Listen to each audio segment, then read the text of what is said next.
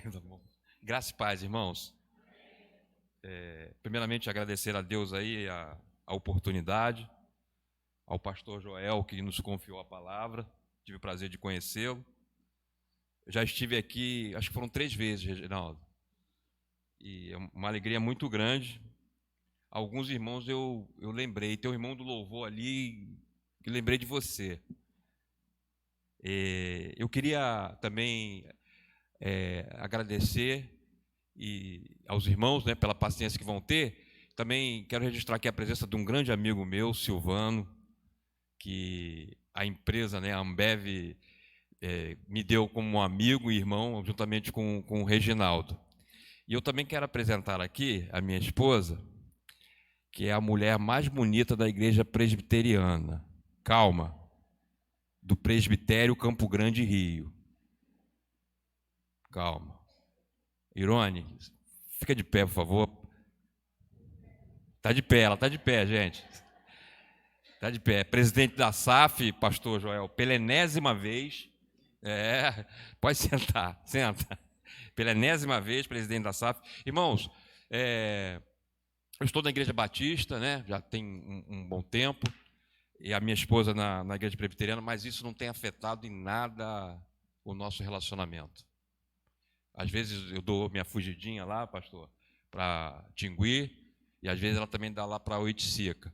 Mas nós estamos militando juntos e uníssimos no Ministério de Casais, principalmente no encontro de casais da Presbiteriana de Tingui, que vai haver esse ano, e em nome de Jesus, diante da igreja e diante do pastor Joel, eu já estou convidando o Reginaldo e a Joelma. Tá? Eu não tenho a data precisa, a princípio era em setembro, mas hoje eu falei com o líder e ele disse que está surgindo uma dificuldade de arrumar um sítio. Tá? Não se preocupa com o pagamento, porque vocês vão procurar o tesoureiro do encontro. Provavelmente ele deve estar aqui hoje. Tá? A esposa dele está ali, então ele deve estar aí. Mas não se preocupa não. Reginaldo, leva o pastor Joel também, vai ser uma alegria. O pastor Janui vai ficar muito feliz em ter o senhor lá. Eu não vou dizer onde é o local e nem o que acontece lá, porque é segredo, né? Quem já participou sabe. Mas com certeza Reginaldo e Joelma vão sair de lá abençoados para abençoar mais famílias. Eu quero também louvar a igreja por essa iniciativa, Reginaldo, do Ministério de Família aqui. Eu sei que o mês de maio, em todas as igrejas, né, faz-se uma programação alusiva à família, mas eu quero também dizer e aproveitar, como hoje é o Dia das Mães, parabenizar todas as mamães, tá, que estão aqui presentes, mas dizer também para os filhos que aqui estão presentes, hoje é o Dia da Mãe, mas amanhã ela continua sendo tua mãe, terça-feira ela continua sendo tua mãe, ou seja, enquanto você estiver vivo, é o dia da tua mãe. A Bíblia, se eu não me engano, é em Lucas, quando tem aquela passagem sobre a viúva de Naim, a Bíblia diz que o autor, quando começa a passagem, diz que uma viúva estava enterrando o seu filho. A gente não sabe o nome dela, mas por que cita ela como uma viúva? Por que não falou assim, uma mãe que perdeu um filho? Porque a gente sabe que quando um filho perde os pais, né, ele fica órfão. A mulher, quando perde o marido, fica viúva, e o marido, quando perde a esposa, fica viúvo, né? Mas e a mãe, quando perde o filho? E o pai? Qual é o título? Como é que se chama? Aí o autor colocou viúva. Só que quando Jesus ressuscita o filho dela, lá no finalzinho diz que Jesus o entrega à sua mãe. Ela restaura, ela consegue novamente ter o título de mãe, por causa da presença do filho. Então, filho, honre a sua mãe, porque ela tem esse título, porque você ainda está vivo. Dê graças a Deus porque você tem uma mãe. Hoje eu já não tenho, obrigado, querido. Mas eu louvo a Deus, porque tem mães que têm derramado lágrimas, né? Tem calejado o joelho por causa dos seus filhos. Como diz, né, naquela frase das Déboras, né, que diz que são mães de joelhos para manterem os filhos de pé. Então, filho, se você hoje está de pé, é porque tua mãe com certeza dobrou o seu joelho para você. Amém? Queridos, família Eu até disse ontem na reunião dos homens lá, na minha igreja, que eu pedi para o líder lá falar sobre família, né? E eu disse o seguinte: mexer com família nesse ministério é meter a mão numa lata com siri dentro num quarto escuro à noite. Entendeu? Mexer com família é você botar a mão numa lata cheia de siri num quarto escuro à noite. Você não sabe o que vai acontecer. Porque nós entendemos que esse ministério, e vocês devem entender, saber melhor do que eu, é o seguinte: quando Deus instituiu a família, através do primeiro casal, Adão e Eva, a família é instituída antes do pecado, antes da igreja, antes de todo e qualquer governo. É instituída a família. Não existia igreja ainda. E hoje, a gente, olhando aí a sociedade, a gente entende o seguinte: que a saúde e o futuro de uma sociedade depende de como é que eles veem uma família. Vocês já perceberam como é que nós estamos vivendo aí, né? O que estão fazendo com a família? Estão deturpando o princípio de Deus, quando criou o homem e a mulher. Então, o futuro e a saúde da nossa sociedade não é muito bom. Nós estamos doentes. Nós não temos um futuro promissor. Mas o importante e o interessante é que Deus nunca desistiu da família. Pastor, o senhor está de costas aqui, você não leva a mão não, tá? É que Deus nunca desistiu da família. E a prova mais importante é que a bênção divina, ela não está estipulada num só indivíduo, mas está estipulado naquilo que Deus disse para Abraão. O que foi que Deus disse para Abraão, lá em Gênesis? Em ti serão benditas todas. Não foi igreja que ele falou não, né? Foi família. Porque havia uma preocupação de Deus com as famílias. Por isso que ele fala: em ti serão benditas todas as famílias. Todas.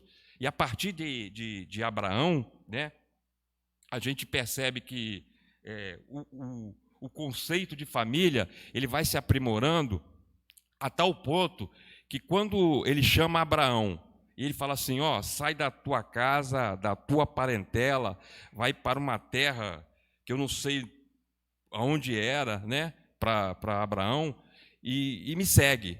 E a Bíblia diz que Abraão, certo tempo, veio uma grande fome sobre a terra. E a Bíblia diz que ele desceu para o Egito. Você já conhece a história, né? Que ele era casado com Sara, e ele, com medo de Faraó pegar Sara, a Bíblia diz que em sonhos Deus fala com Faraó. E Faraó restitui, assim como se fosse um pagamento por aquilo que tentaram fazer com Sara, dá para ele muitas coisas. Entre essas coisas, muito gado. Presta atenção, muito gado. E a Bíblia diz que quando ele sai do Egito, ele não sai rico, não. A Bíblia diz que Abraão sai muito rico. Muito rico. Depois vem Isaac, que é o filho de Abraão. Há um período que há uma grande fome na terra, e ele desce para Gerar. Gerar era uma terra da Filístia, né? E lá, ele, entre tantos problemas que ele teve, ele começa a semear na terra. E a Bíblia diz que a produção dele vai dar 100 por 1. E a Bíblia diz que ele prospera tanto que a Bíblia não diz que ele sai muito rico, não. Fala que ele sai riquíssimo. Aí vem Jacó. Eu estou encurtando aqui para a gente adiantar o máximo. Jacó, ele vai trabalhar para o sogro, Labão. Aí o que acontece? Ele vai cuidar de quê? De gado. A Bíblia diz que ele fica tão rico que os filhos de Labão falam assim: pô, ele está te roubando. Mas quando Jacó sai da presença de Labão, sai com toda a sua família, seus filhos e as suas esposas, e com todo o gado que ele consegue, a Bíblia não diz que ele ficou muito rico, nem diz que ele ficou riquíssimo. Mas a Bíblia diz que ele ficou mais e mais rico.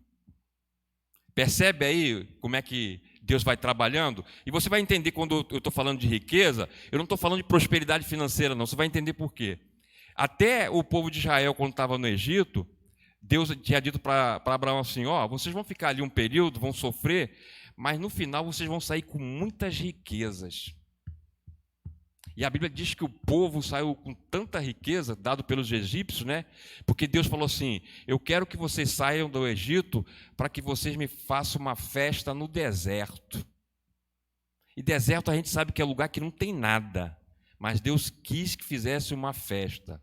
Agora, o interessante é que Jacó, quando ele começa a trabalhar com gado, ele já tem os filhos lá, com as duas filhas de Labão, fora com as outras duas. Quando uma das filhas dele, chamada Diná, é violentada, acho que é Gênesis 43, a Bíblia diz que nesse período os filhos de Jacó já estavam no campo cuidando de rebanho. Cuidando de rebanho. Quando José, eu estou lá já quase no final do Gênesis, quando José, ele reconhece os irmãos dele, né? E pede para trazer o pai dele, Jacó, que já está velho de idade, a Bíblia diz que quando os irmãos dele chegam no Egito, José fala assim: eu vou apresentar vocês para Faraó, e vocês digam para eles que vocês são pastores de ovelhas. Quando eles são apresentados para Faraó, Faraó fala assim: José, pega minhas ovelhas e dá para os seus irmãos cuidarem. Você percebe que tudo que foi dito como riqueza estava inserido rebanho? Por quê? Lá no livro de Jó, vocês estão lembrados qual foi a primeira coisa que Jó perdeu? Porque a Bíblia diz que todo dia ele sacrificava a Deus por causa dos filhos, não é isso? Inclusive antecipadamente, porque assim, vai que eles vão pecar. Está lembrado o que foi que o diabo tirou de Jó? A primeira coisa foi o que ele tinha de mais importante e que o fazia rico, que era o rebanho. Sabe por quê? Porque com o rebanho, o gado, ele oferecia sacrifícios a Deus. E o sacrifício nessa época era uma forma de adoração, de uma adoração a Deus, de um relacionamento do homem para com Deus.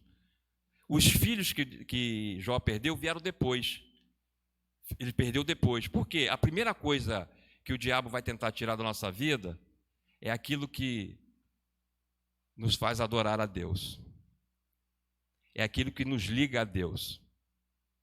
De repente vai tirar de você o desejo de ler a palavra, o desejo até de orar.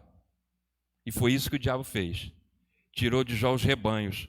Agora, uma coisa interessante, no final do livro de Jó, diz que de tudo que ele perdeu, Deus deu em dobro.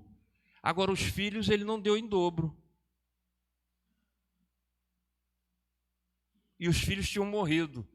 Os filhos que nasceram eram todos no mesmo número, se eu não me engano, 8. E, inclusive, a Bíblia diz que tinha uma, se eu não me engano, acho que era Kedma, não sei, que era linda, né? Porque a minha esposa não tinha nascido. Agora, sabe por que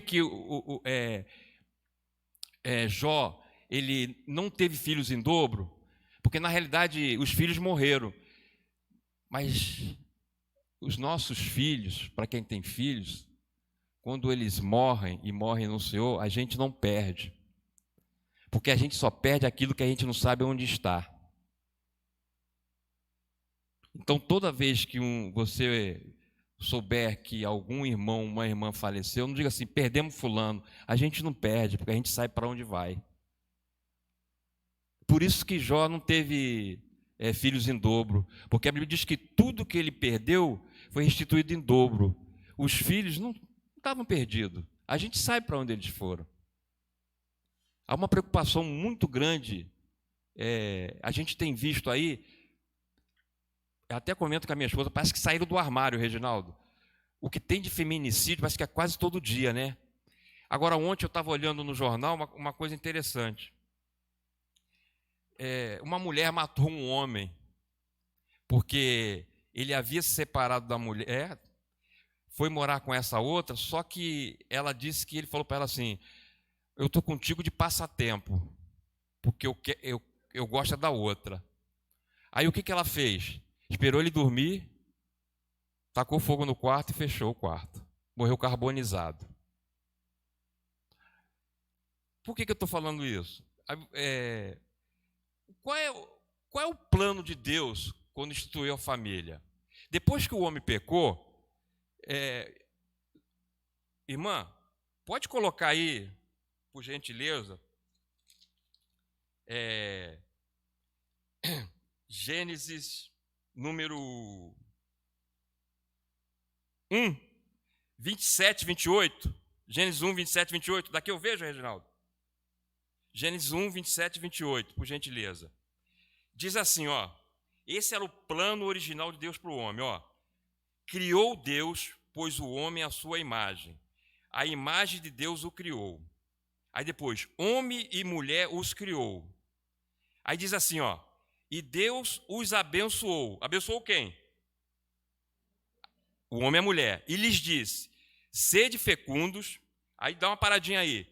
Tem gente, não é que não, tá, Reginaldo? É lá no Rio de Janeiro, que crê que o pecado de Adão e Eva foi relação sexual. Mas a prova está aí, ó. Sede fecundos. Continuando. Multiplicai-vos. Agora olha só. Enchei a terra e sujeitai-a. Para quem que Deus falou isso? Quem? Para o homem e para a mulher. Ou seja, o plano original de Deus era o quê? Que o homem e a mulher governassem. Sim ou não? Sim ou não? Aí veio o pecado. Aí qual foi a consequência? Por gentileza, Gênesis 3,16. Vou usar lá, tá, pastor? Hã? Pode ficar. Gênesis 3,16 diz assim, ó, consequência do pecado. E a mulher disse, multiplicarei sobre modo o sofrimento da tua gravidez, em meio de dores darás à luz filhos. O teu desejo será para o teu marido, e ele te governará. Mudou. Agora vamos lá para o homem. Gênesis 3, 17 e 18. Por gentileza. Aí chamou o cara, o banana, porque quando ela foi sediada, onde é que ele estava? Vamos lá, o banana. E Adão disse, visto que atendeste à voz de tua mulher e comeste da árvore que eu te ordenara não comesse, porque Deus havia dito para ele, né? Maldita é a terra por causa de quem? Por causa dele. Em fadigas obterás dela o sustento durante os dias de tua vida. Ela produzirá também cardos e abrolhos, e tu comerás a erva do campo. Acabou? Beleza. Então, vamos lá. Mudou o conceito. Sabe o que está acontecendo? A Bíblia diz que, quando ele fala que ia fazer uma mulher que lhe fosse auxiliadora, e a gente vai ver lá em Efésios que fala o quê? Que a mulher seja o quê? Submissa, não é subordinada, nem sujeita. É submissa. O que é isso? É estar ao lado do marido, tá? Não é atrás nem na frente, tá bom? Esse é o conceito, porque a gente pensa assim, faria uma mulher que lhe seja auxiliadora. Por quê? Por que auxiliadora? Porque o homem sozinho, ele não poderia fazer nada. Existe um conceito, irmãos, olha só, que diz o seguinte, imagine que você tem que limpar sua caixa d'água. Homem, tu vai mandar tua mulher limpar a caixa d'água? Aí tu vai dizer o quê? Não, pô, eu sou o provedor, eu sou o cara. Não, é serviço teu, cara, serviço de força é teu. Agora, o que acontece? O que está acontecendo aí? O cara, aí fora, eu estou falando lá de fora, tá? Ele ama tanto a esposa, e eu tenho dito isso para minha mulher, que o cara diz o seguinte, se você não ficar comigo, não fica com mais ninguém. Não é isso? Aí ele acaba matando a mulher. E alguns até se matam. Eu tenho certeza que se pegasse todas essas mulheres que foram mortas e o pastor Joel fizesse um gabinete e perguntasse para elas assim, qual é a expressão de amor que você quer de um homem? Elas não iam dizer assim, eu queria que ele me desse um cartão de crédito sem limite. Eu queria todo domingo ir na churrascaria. Não. Com certeza, essas mulheres que foram mortas, iam dizer assim: eu queria que ele me ajudasse, eu queria que ele me abraçasse, eu queria que ele pelo menos me desse a mão. E isso tudo está ligado, sabe a quê? A cuidado. Que é isso que a mulher quer, cuidado. E se o pastor fizesse gabinete com esses homens aí que estão matando, e perguntasse qual é a expressão de amor que você espera da sua esposa, provavelmente eles iam dizer assim: que ela me respeite. Que é isso que eles queriam. Aí a mulher cuida do vaso da planta o ano todo, pastor. Aí o dia ele olha e o vaso não está no lugar, Reginaldo. Aquele vaso que estava ali, tu mudou de lugar por quê? Nunca ligou para a planta, nunca molhou. Mas ele quer o quê? Que ele tenha ciência das coisas que estão acontecendo. Aí, olha, família é o fundamento da sociedade, tá? Se a família não vai bem, a igreja não vai bem. Qual é a concepção que nós temos de igreja? Que é um corpo, não é isso? Se você sentir uma dor lá embaixo, naquele dedinho que em algum lugar vai refletir essa dor do teu corpo. E essa dor vai dizer assim, ó, tem alguma coisa errada em você. A Bíblia diz que quando Miriam foi atacada de lepra, porque ela começou a questionar Moisés por causa da mulher dele, e nessa época a lei dizia que as pessoas com lepra elas tinham que ficar fora do arraial. A Bíblia diz que enquanto Miriam não foi curada, o povo não saiu do lugar. O povo não partiu. O que a gente traz para o dia de hoje? Enquanto houver alguma coisa errada com a nossa família, no meio da igreja, a igreja não caminha. A igreja não caminha. Porque nós somos um corpo. Está ruim para você, tem que estar ruim para mim também. A tua dor tem que doer em mim. Você sabe por quê? Como é que nós somos tratados aqui dentro da igreja? Nós não somos chamados de irmãos? Sim, não é isso? Por que nós não somos chamados de amigos? Porque amigos, você escolhe quem você quer como amigo. Agora, irmão, não. Você não escolhe. O seu irmão ou a sua irmã, você não escolheu. Já vem pronto. Aí vem um outro conceito de que Jesus nos ensinou. Quando, certa vez, perguntaram assim, Senhor, em que se resume, qual é o maior dos mandamentos? Aí Jesus, o que ele disse? Se resume em duas coisas. Amar a Deus sobre todas as coisas. Se amar é mandamento, eu não preciso sentir para gostar. Se é lei, eu só tenho que obedecer. Eu não tenho que questionar. Amor não é sentimento. Sentimento a gente sente por aquelas coisas que mudam o nosso interior, as nossas emoções, a tal ponto de a gente perguntar assim, pô, Reginaldo está triste? Ah, o Flamengo perdeu, ele está triste. Aí no outro final de semana, Reginaldo está todo feliz, fez uma festa, ah, o Flamengo ganhou. Ou seja, a felicidade, a alegria, o prazer depende de outras coisas, de sentimentos, e amor não. Amor é obediência. É aquilo que Jesus falou. Para a gente amar os nossos inimigos. E por que a gente não pode amar os nossos irmãos e principalmente a nossa mulher ou o marido? Por que a gente diz, Reginaldo, acabou o amor? Começa a trabalhar em cima daquilo que Deus te deu. É uma realidade. A minha esposa não tem mais a idade que tinha quando eu a conheci. Não vou dizer a tua idade não, tá? Não vou dizer a tua idade não, mas eu não troco a minha esposa por duas de 31.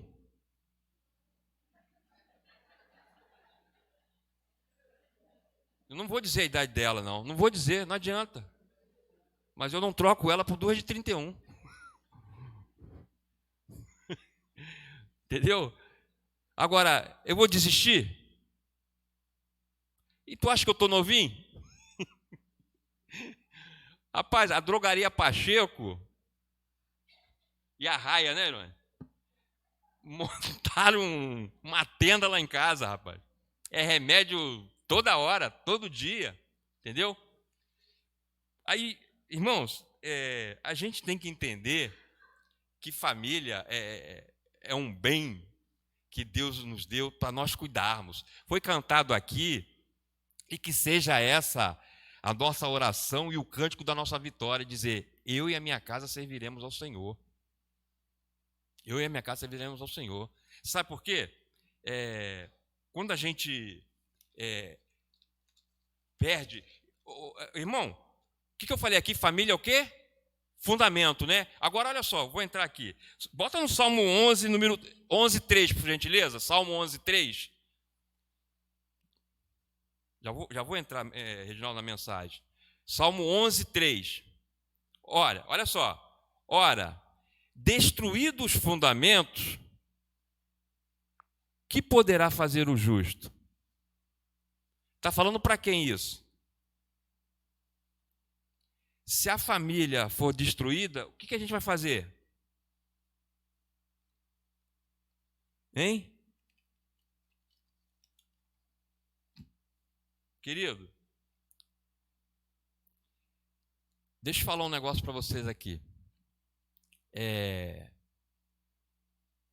A minha esposa morava numa rua atrás da minha. E eu tinha mais intimidade com os irmãos dela que depois que eu fui conhecer, que Deus reservou. Mas a minha esposa, ela sempre diz, e ela não se envergonha disso, que ela dizia o seguinte, que às vezes na casa dela, ela e mais 6 irmãos, ela não tinha o que comer. Passava fome. E eu disse para ela o seguinte: eu não tenho história triste para contar, e vocês vão entender. Eu falei para ela assim: lá em casa nunca passou necessidade. Nunca faltou nada. Muito pelo contrário. O meu pai, ele cumpria aquele papel de dizer assim, de provedor, e dizer assim: o que está faltando aí? Aí a minha mãe dizia: ele está aqui. E para os filhos ele falava assim: tem que estudar, hein? Tem que estudar. Só que nesse período todo, eu nunca vi o meu pai beijar a minha mãe.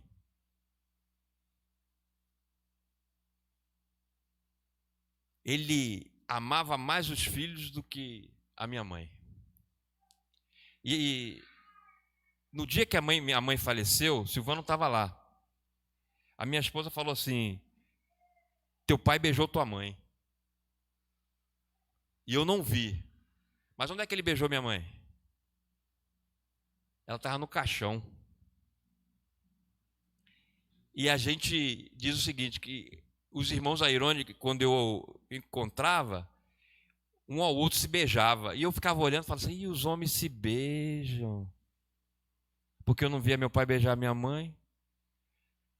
A Airone dizia: Aurélio, lá em casa não tinha carne, mas tinha beijo. Aí eu dizia: Airone, lá em casa tinha carne, mas não tinha beijo. Aí, para mim, era muito difícil quando eu olhava os irmãos dela se beijando, porque criado numa cultura, até que um dia um irmão, que Deus o recolheu, ele quando me encontrava me beijava. Aí eu falei: rapaz, o negócio é bom. E quando eu encontrava o Gelson, o Silvano conheceu, a gente se beijava. O pastor Gilberto Stanek, quinta-feira, aniversário da Igreja Presbiteriana do Tinguê, eu fui lá, né? Quando estava ele e o pastor Januí no gabinete. Aí eu bati na porta, entrei e falei assim: pastor Gilberto, eu só vim aqui por causa do senhor. Mentira, né?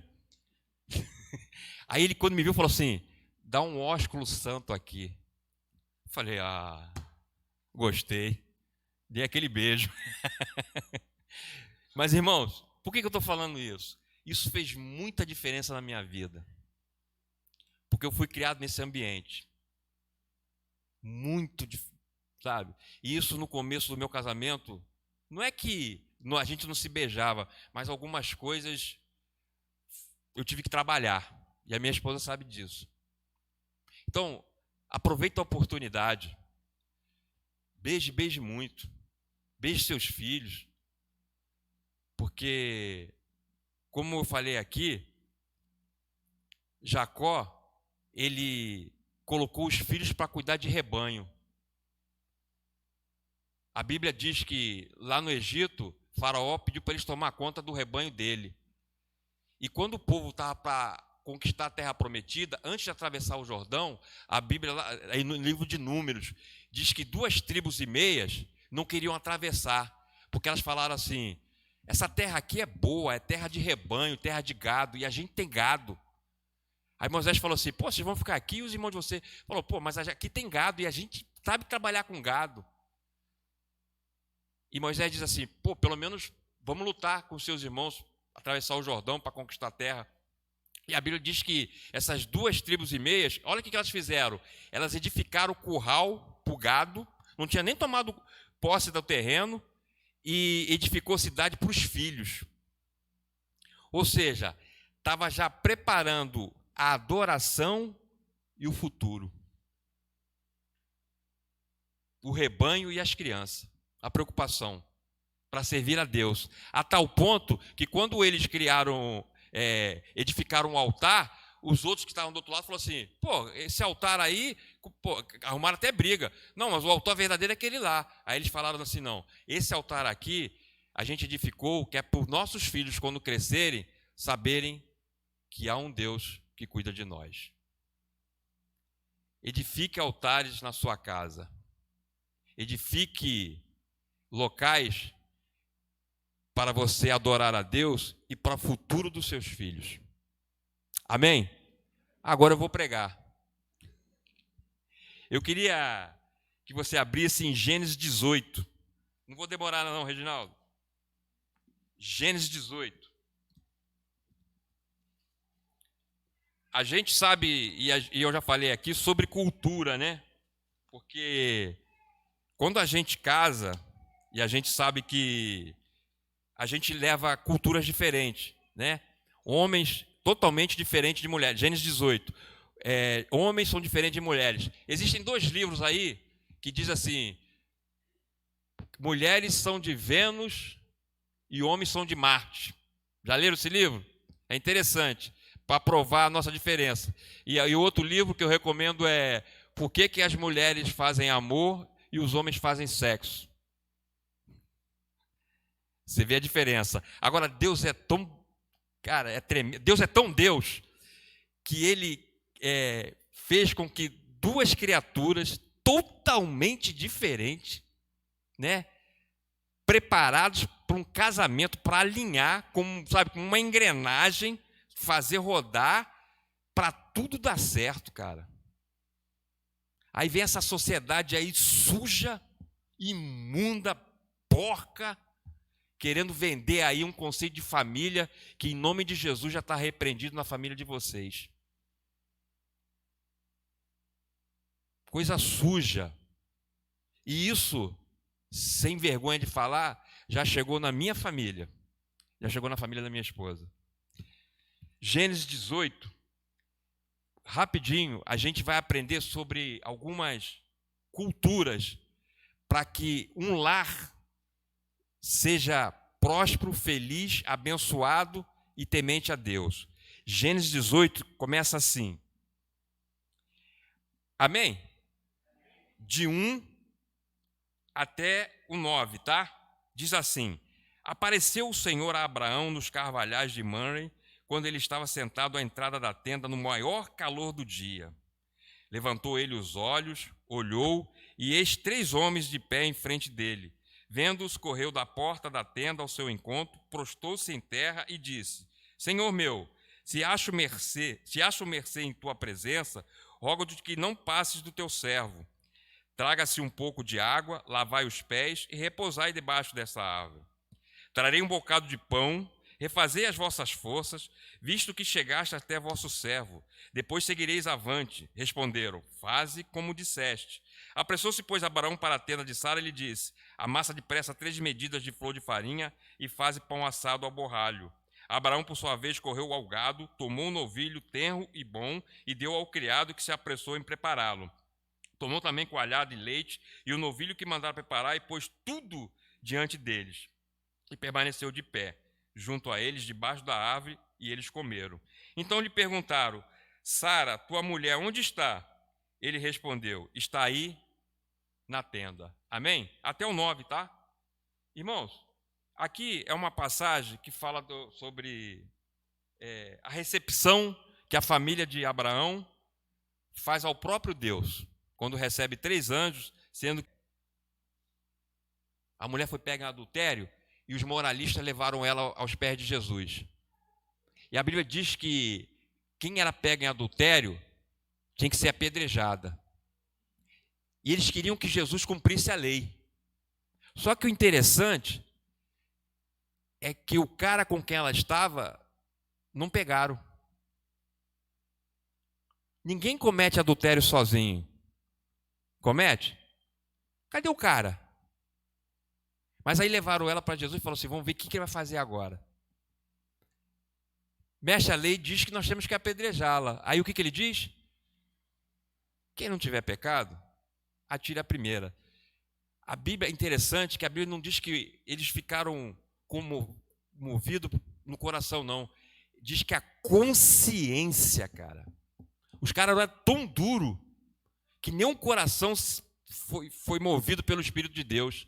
Que a consciência falou assim: eu peguei essa mulher também. Peguei ela semana passada.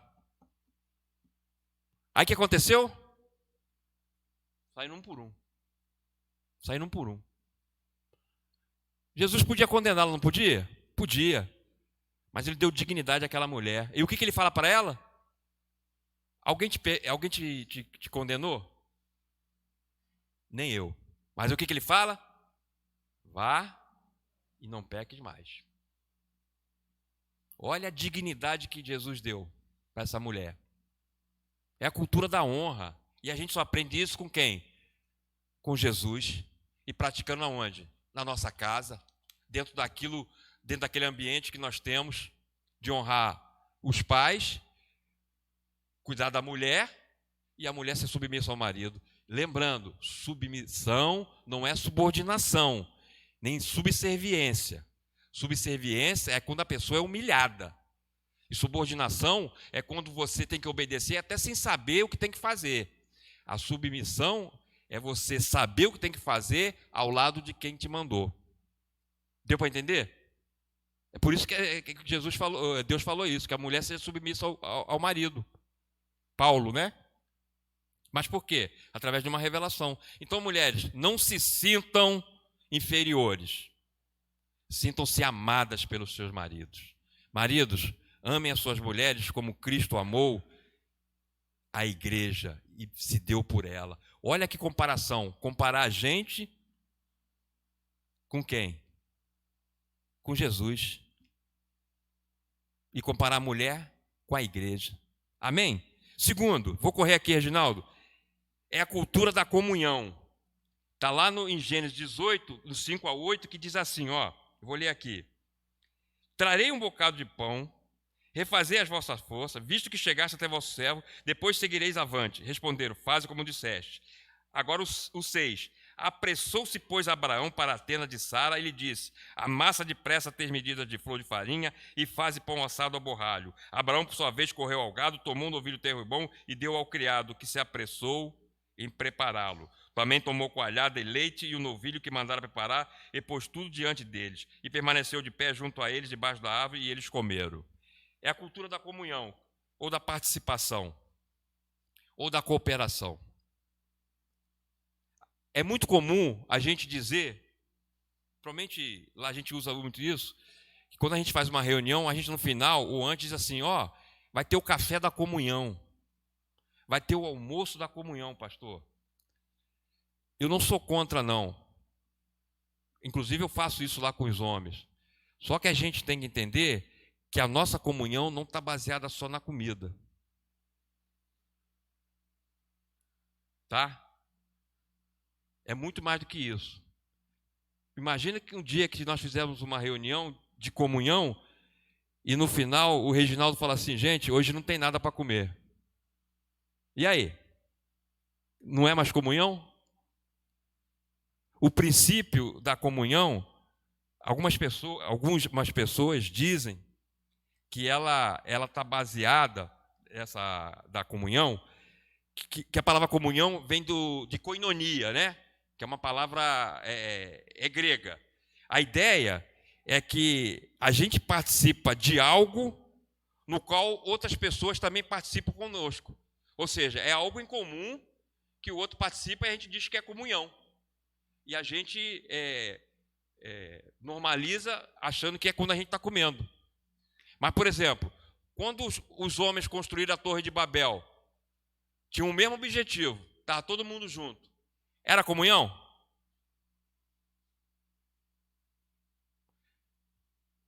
Aqui, eu não sei aqui para Paracambi. Lá em Campo Grande, 5 horas da manhã, vai na estação, olha para o trem, está todo mundo apertado lá, um agarrado no outro. Está todo mundo junto. A maioria para o mesmo destino. É comunhão? Agora, olha só. Paulo e Silas na cadeia. Sem comida. Cheirando tudo que não podia. Cantando louvor a Deus. É comunhão? É. Sabe por quê? Porque o princípio é aquilo que está lá em 1 João, que João diz, a nossa comunhão é com Deus e com seu Filho Jesus Cristo. E Paulo, em 2 Coríntios 13, diz assim, da bênção final, a graça do Senhor Jesus Cristo e o amor de Deus e a comunhão do Espírito sejam com todos vós. O Espírito não é o sujeito que nos leva à comunhão, ele é o objeto da nossa comunhão. Deu para entender? Se o Espírito de Deus, que habita em cada um de nós, e isso faz o quê? Quando é a comunhão? Quando nós temos o Espírito de Deus, quando nós fazemos a obra de Deus e como nós somos usados por Ele com os dons, ainda que sejam múltiplos os dons. Mas nós temos aquilo que nos é comum, que é o Espírito de Deus. Então, quando Paulo e Silas estão lá na cadeia, é comunhão, porque o Espírito era o mesmo. Torre de Babel, não. Embora houvesse muita gente e o propósito fosse um só, mas, no entanto, não havia Espírito. Então, essa é a cultura da comunhão. Aqui, quando você olha, todos participaram. Abraão, Sara e o criado. E a Bíblia diz que fizeram devagar? Não. O que acontece aqui? Você olha, quais são os termos? A Bíblia diz que houve intensidade. Apressou-se, depressa, correu e se apressou. Fizeram tudo correndo. Com o mesmo objetivo, de servir aos anjos. É comunhão. É comunhão. Sabe por quê? Nem eles comeram. Nem eles comeram. Não deixa de ter o café da comunhão, não, tá? Provavelmente aqui teve hoje, não sei. Né? Lá no Tingui teve lá o café da comunhão. Não deixa de ter, não. Mas o princípio não é só isso, não. Não leve para esse lado, vai ser... Reginaldo, vai ter alguma coisa? Não, não vai ter nada. Então não vou ouvir. É entender assim, Reginaldo, você vai estar lá? Então eu vou. Percebe? A cultura da comunhão é essa. A koinonia é essa. É quando não tem nada. É igual no casamento. O casamento, ele não é o resultado de um amor. E nem a soma de tudo aquilo que você fez quando namorava. Que você fala assim, eu fui no cinema com ela, eu fui no parque, eu fui na praia, eu fui no retiro da igreja, eu fui em tal lugar, então a gente chegou à conclusão que temos que casar. Isso não é amor, não. Casamento é uma oportunidade para você amar muito mais. Porque é aí que você vai provar o teu amor. Quando ela ficar doente, quando você ficar desempregado. E aí? Porque quando você namora 20 anos, fica noivo 30 anos, quando você termina, não há consequência nenhuma, cara. mas casa no sábado, casamento feito pelo pastor Joel, e tu briga no domingo e diz para o pastor Joel que vai separar. Meu irmão, tu não vai decepcionar só o pastor Joel, não, mas tu vai mexer no mundo espiritual, porque diante de Deus você fez uma aliança. Então, casamento é coisa séria. Não é só o resultado, vamos casar porque acho que a gente chegou à conclusão, não. É a oportunidade que você vai ter de demonstrar muito mais o seu amor por ela. Amém? Vou correr, Reginaldo. Cultura da participação. Está lá em Gênesis 18, 9, que diz assim, ó. Então lhe perguntaram, Sara, tua mulher, onde está? Ele respondeu, está aí na tenda. A Sara, ela tinha preparado alguma coisa, não tinha? Mas eles nem viram. Percebe? Existem coisas que a gente faz que as pessoas nem vão saber que fomos nós que fizemos. E nem vão saber quem somos nós, Reginaldo. Mas a coisa vai ser feita. A Bíblia está cansada de citar algumas pessoas que elas foram fundamentais para que um milagre acontecesse na vida de outras pessoas. Por exemplo, naquela primeira multiplicação dos pães, a Bíblia diz que Jesus falou assim, esse povo está com fome, está 5 dias, se eu não me engano, comigo. Mas aí teve um discípulo que falou assim, tem um jovem aí que tem 5 pães e 2 peixinhos. Como é que é o nome desse jovem? Até hoje a gente não sabe. Mas o que ele tinha em mãos serviu para realizar um grande milagre. Aqueles 4 que levaram aquele paralítico até Jesus, quando Jesus estava pregando, e eles furaram o teto e desceram. Como é que era o nome daqueles 4? Quem eram aqueles que tiraram a pedra para Lázaro sair? A gente não sabe. Quem eram aqueles que encheram a talha de água para que o primeiro milagre fosse realizado? Quem é aquela menina que disse para a esposa de Naamã, se o meu senhor soubesse que há um profeta em Israel, ele seria salvo? Quem é essa menina? É aquilo que João Batista disse, que ele cresça e a gente diminua, porque a honra é dele, a glória é dele, o louvor é dele. A gente tem que se esconder atrás da cruz. Jesus, ele contou uma história dizendo o seguinte, quem é que tem um empregado que está na lavoura ou cuidando do gado e diz para ele, quando ele chegar, para ele sentar à mesa? Quem é que vai fazer isso? Aí Jesus fala assim, no mínimo, vai dizer para ele assim, prepara minha comida, veste a melhor roupa e me serve. E depois que eu comer e beber, aí você vai comer. Aí Jesus fala assim, vai agradecer o criado? Aí provavelmente as pessoas vão dizer, não, fez mais que obrigação. Aí Jesus diz, assim é conosco. Porque se nós fizermos algumas coisas, Jesus diz que nós temos que ser chamados de quê? Servos inúteis. Porque a gente só fez o que nos cabia fazer. Ninguém pode se gloriar em nada. Se há alguma coisa que se gloriar, nós temos que nos gloriar em quem? No Senhor. Penúltima. Gênesis 18, versículo 8, parte B, cultura do serviço. Diz assim, tomou também coalhada e leite e o novilho que mandara preparar e pôs tudo diante deles e permaneceu de pé, junto a eles, debaixo da árvore, e eles comeram. Abraão nem comeu com eles, preparou o melhor que tinha e deu para eles.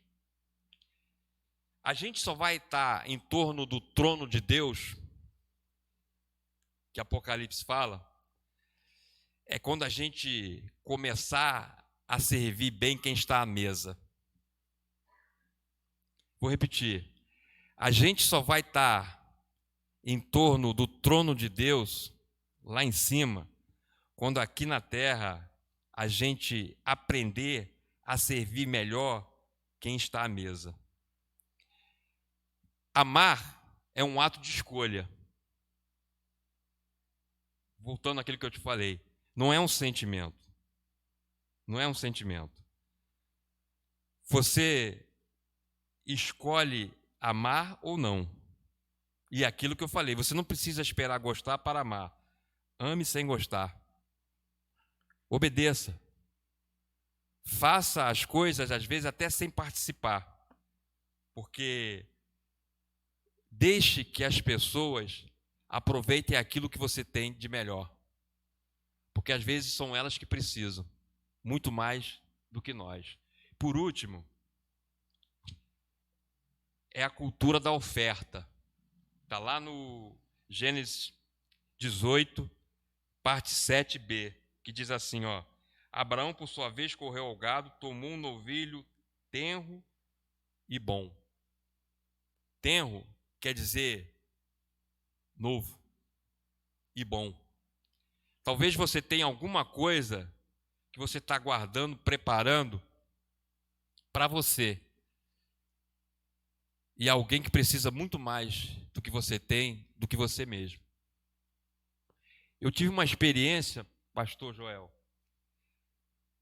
Eu não faço nada sem comunicar a Deus. E eu resolvi uma vez guardar um dinheiro. Mas não falei com Deus. Eu fiz pique. Aquela história de que você vai sorteado, que fulano ganhou 1 milhão. Quando eu estava pegar o dinheiro, eu falei, vou pegar esse dinheiro, vou fazer o que eu quero. O que aconteceu? Um dia minha esposa falou assim, Aurélio, olha esse azulejo aqui da cozinha, ele está rachado. Resumindo a história, minha casa estava afundando, porque a caixa de gordura, ela estourou, estava minando água por baixo da minha casa. Por um pouco, aí que eu chamei o vizinho da frente, ele olhou lá e eu fui trabalhar. Quando eu liguei para minha esposa, eu falei assim, quanto que ele cobrou? Irmão, acho que faltou R$200 para completar o que eu tinha guardado. E na época eu não podia pegar ainda, senão eu ia perder um pouco. Aí falei para minha esposa assim, tira do teu, que quando eu pegar lá eu te dou. Ou seja, não peguei nada. Mas por quê? Eu aprendi. Tudo que você fizer, querido, tudo. Conversa com Deus. Apresenta a Deus.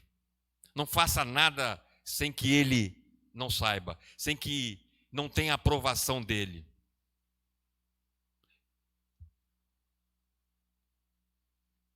O novilho tenro e bom significa, a gente falar sobre oferta e dízimo. Isso aí, hoje em dia, está até meio complicado, né?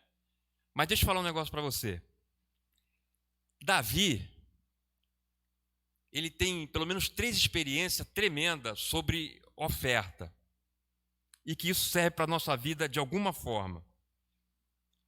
Quando ele quis comprar um terreno para construir onde hoje é o Templo de Salomão, falaram para ele assim, ó, ali em Lages, mais à frente ali, tem um terreno que é de Araúna, esse terreno, é um terreno bom para fazer um templo. E Davi era rei. Quando ele chega lá, Araúna vê e fica encantado, falou assim, pô, o que o rei vai fazer aqui? E ele se prostra diante do rei e fala assim, o que o senhor veio fazer aqui? Ele falou assim, eu vim dar uma olhada nesse terreno aí que eu quero construir um templo. Aí Araúna falou assim, não precisa pagar nada não, cara. Tu é rei. Ó, e tem mais, hein? É para oferecer sacrifício? Eu tenho gado, tenho madeira. A Bíblia diz que ele já ajuntou tudo, estava tudo lá.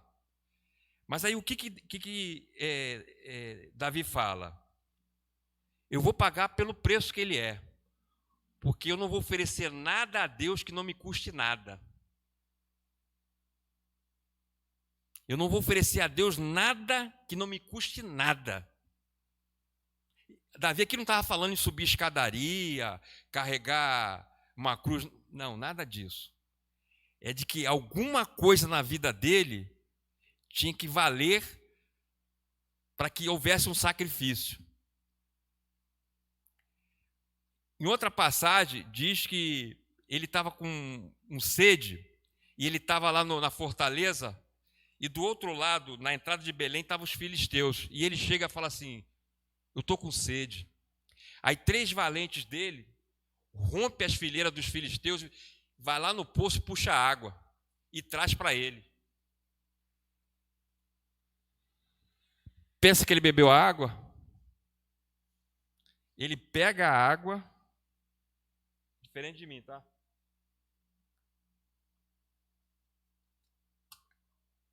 Ele derrama em libação ao Senhor, porque ele diz assim: eu vou beber o sangue desses homens que arriscaram as suas vidas para irem lá e poderiam morrer.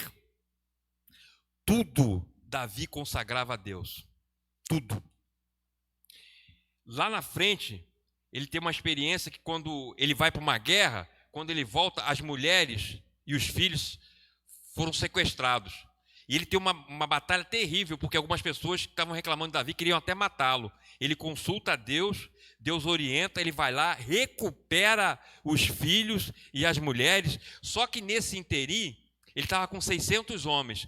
200 desistem, porque estão cansados, param no meio do caminho. Davi fala assim: fica aí, vai com 400. Recupera as mulheres, os filhos, e ainda pega os despojos, tudo aquilo que era riqueza. E ele fala assim: vamos dividir entre todos nós, entre os 400 e os 200 que ficaram. Aí tinha um Aurélio lá no meio que falou assim: negativo, os caras não foram, pô. Por que vai dividir com eles? O que Davi fala? É igual para todos, porque quem nos deu foi Deus. Tanto vai ser a parte dos que foram para os que ficaram. Davi sabia distribuir aquilo que ele recebia de Deus. Percebe a questão da oferta? É de você dar o melhor para Deus. Amém? Se nós fizermos tudo isso que está aqui, nós teremos um lar abençoado. Eu queria terminar agora, Reginaldo. Agora eu termino mesmo. Eu queria que tem como você colocar aí 1 Coríntios 13, a partir do versículo 4 até o 7? 1 Coríntios 13, do 4 ao 7. Agora eu encerro, tá, Reginaldo? Diz assim, ó. Isso aí é um compêndio da definição de amor feita por Paulo. Que diz assim, ó.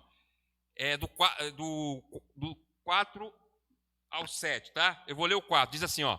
O amor é paciente, é benigno, o amor não arde ciúmes, não se ufana, não se ensoberbece, não se conduz inconvenientemente, não procura os seus interesses, não se exaspera, não se ressente do mal, não se alegra com a injustiça, mas regozija-se com a verdade.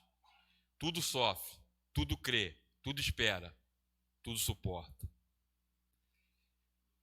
Entre tantas definições, adjetivos e características que a Bíblia dá de Deus, uma que ela dá de Deus é que Deus é o quê? Amor. A Bíblia não diz, embora Deus demonstre o seu amor por nós, a tal ponto que a Bíblia diz que Deus ama o mundo de tal maneira que deu o seu Filho, mas a Bíblia não define dizendo assim, Deus tem amor ou Deus sente amor. A Bíblia diz que Deus é amor. Nós não. Agora vamos lá, prova dos 9 de matemática. Se a Bíblia diz que Deus é amor e Jesus é o próprio Deus, nós podemos dizer que Jesus é amor, sim ou não? Beleza. Agora, bota o 4 aí, por favor. Não é heresia não, tá, pastor? Se a gente tirar a palavra amor ali e colocar o nome de Jesus, a gente altera o significado, o sentido? Se eu botasse ali, Jesus é paciente, é benigno, Jesus não arde ciúmes, não se ufana, não se soberbece. Alguma coisa ali que é assim, não, isso aí Jesus, alguma coisa? Seja sincero, pode falar. Não, né? Então, se a gente tirasse amor e colocasse Jesus... Agora, olha só. fazer uma prova aqui. Pastor, o senhor está isento. Senão eu não volto mais. A sua esposa está aí? Está ali, está isento também. Vou fazer que nem Davi. Quem sou eu, Reginaldo, para tocar no ungido do Senhor? Bota o 4 aí, por favor. Irmãos, olha só. Vamos fazer uma prova aqui agora. Lembrando que é o seguinte. Alguns estão do lado do cônjuge. A minha está lá, mas ela está me olhando. Alguns estão do lado do pai, da namorada, não sei e tal. E lembrando outra coisa. Nós estamos na presença de Deus, então não pode mentir, tá? Eu vou contar até 3. A gente vai falar alto, só que é o seguinte. Onde está escrito amor, tu vai colocar o teu nome.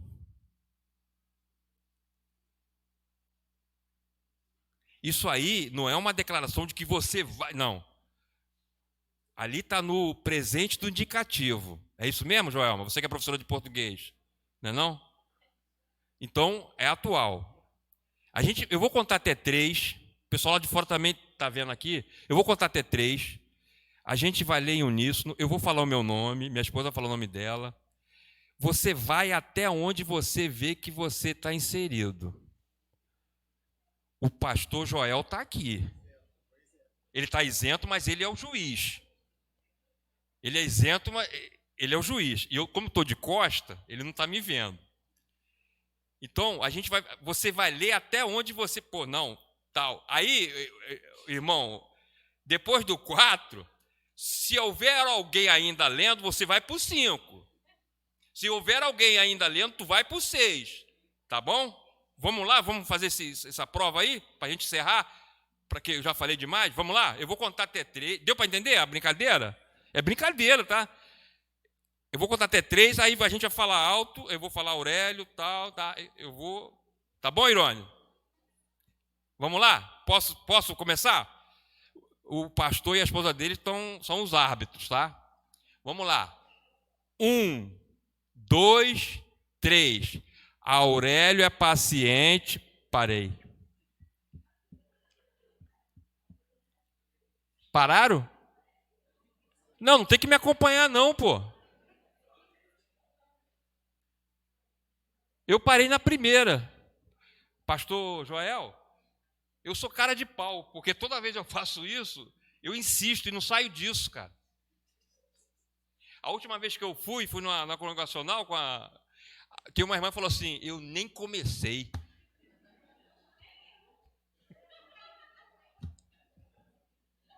Irmãos,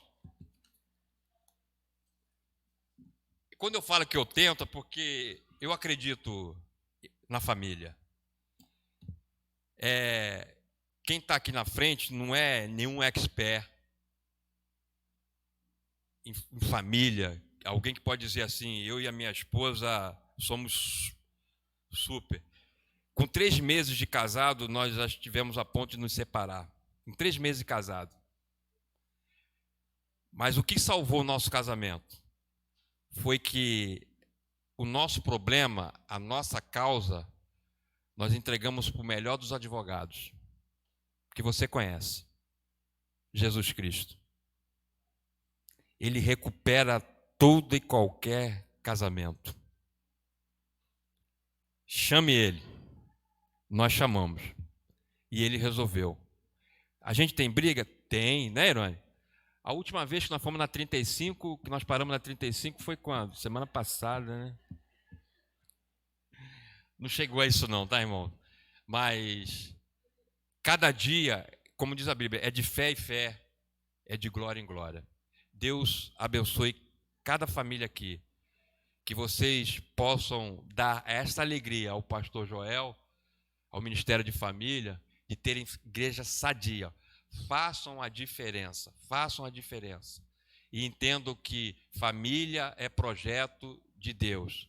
Orem para que nenhum dos seus venha povoar o inferno, porque o inferno não foi feito para nós, foi feito para o diabo e os seus anjos. Amém?